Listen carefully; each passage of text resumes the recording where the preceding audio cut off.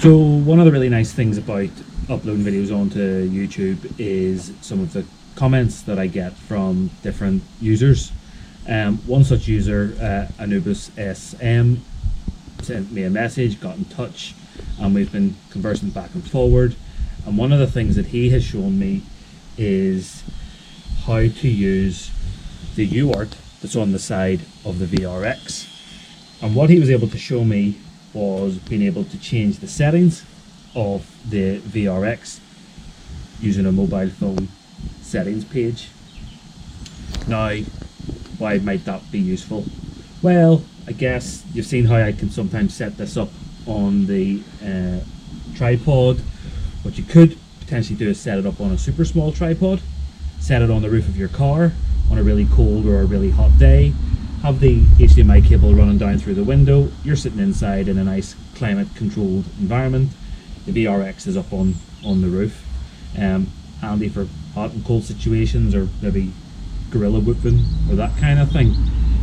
And basically the way it works is he has an Arduino on the front connected into the UART, and using a setting within the menu for command, he has sent me some firmware which I flashed to the UART, and it's allowing me to set up and control the whole unit. So if you imagine the VRX on the roof of your car, you're inside, it's lovely and warm, and you want to change a setting, then you can go ahead and do it on your phone. Now, this is just kind of test version that he's been working on, and I managed to twist his arm to get him to send me the firmware and help me flash it onto the little Arduino. Now, it's one thing being able to do it on your phone. I have asked him whether it's possible to be able to do it through stick commands on your radio, and he says that's possible, and that's something that he's going to work on.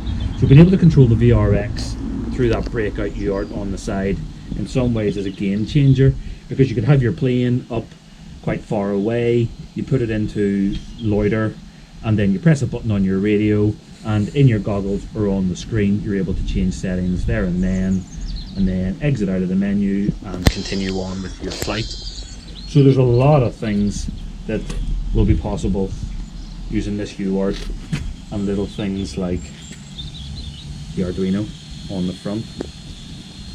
When he refines it and he's able to release the firmware publicly, then I'll give you an update. But for now, this is how it works. So there we go. I'll be in touch.